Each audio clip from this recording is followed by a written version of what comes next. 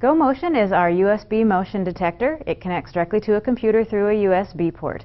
It's one of the most popular sensors we have because it's very versatile and it shows the students how objects move, but also helps them understand how graphs work, and that's a very beneficial thing to have.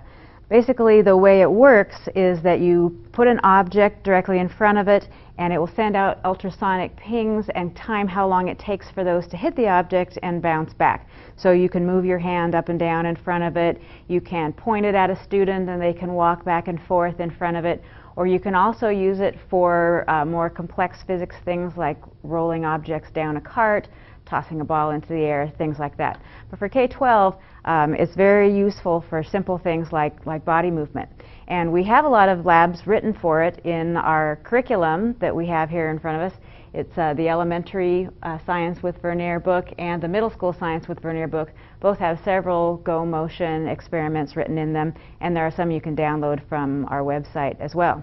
So today I'm going to illustrate how this works by connecting it to the computer. So just plug into the USB port of your computer.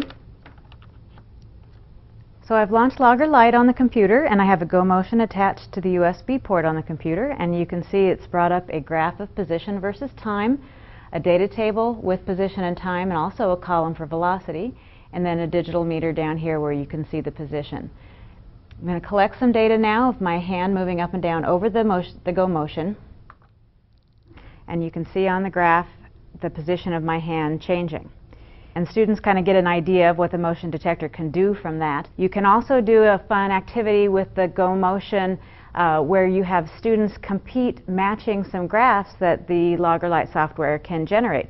If I click on the graph matching button on the toolbar, it will bring up a randomly generated line on the graph, and you would have your students use their hands or their bodies to move in front of the motion detector to try and match that line. It's really fun and it helps the students understand how the graphs work. So it's an excellent sensor for the K-8 level.